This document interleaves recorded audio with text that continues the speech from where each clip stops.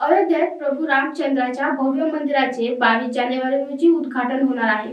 उद्धव बाळासाहेब ठाकरे गटाचे प्रमुख उद्धव ठाकरे यांना या उद्घाटन सोहळ्याचे निमंत्रण मिळणार का, मिळाल्यास ते उपस्थित लावणार का, याबाबत सर्वांना उत्सुकता होती।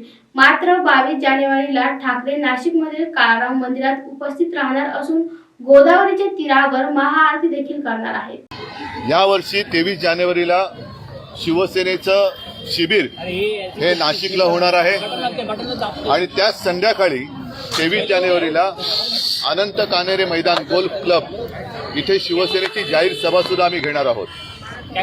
एक आनंदाची गोष्ट अशी आहे की 22 जानेवारीला इतके वर्ष ज्याच्यासाठी संघर्ष करावा लागला होता आणि जवळपास 25-30 वर्षांनंतर न्यायालयाने राम मंदिराच्या बाजूने निकाल दिला।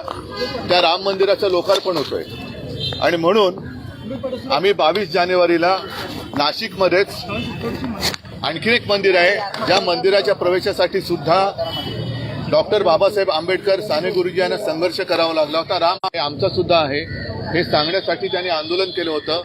त्या काळाराम मंदिरामध्ये आम्ही जाऊन तिथेही रामाचं दर्शन घेऊ। साधारणतः 6:30च्या सुमारास संध्याकाळी 22 जानेवारीला आम्ही काळाराम मंदिरात जाऊ आणि नंतर एक 7:30च्या सुमारास आपल्याला सर्वांना कल्पना आहे की प्रभू रामचंद्र हे पंचवटीला सुद्धा काही काळ वास्तव्यास होते। त्यांच्या त्या वास्तव्याने पुनीत झालेला तो सगळा परिसर आहे आणि हे पावित्र्य लक्षात घेऊन आम्ही त्याच दिवशी संध्याकाळी 7:30ला गोदातीरी एक मोठी महाआरती सुद्धा घेणार आहोत। आपल्याला या निमित्ताने मी हे सांगतोय कारण 22 जानेवारीला कोण कोण जाणार, कोणाला आमंत्रण येणार, कोण जाणार कोण येणार याच्यात मला अजिबात हे नाही, कारण हा अभिमानाचा, अस्मितेचा आणि आनंदाचा क्षण आहे।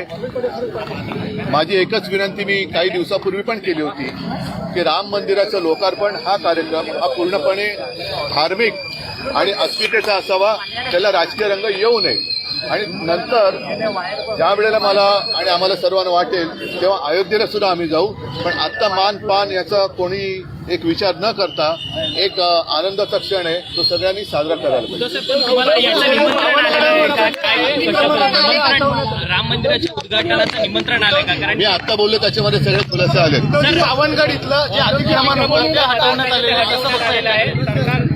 23 तारखेला नाशिकला अनंत कान्हेरे मैदान गोल्फ क्लब इथे शिवसेनेची जाहीर सभा होणार आहे आणि त्याच दिवशी सकाळी म्हणजे दिवसभर शिवसेनेचं शिबिर सुद्धा होणार आहे।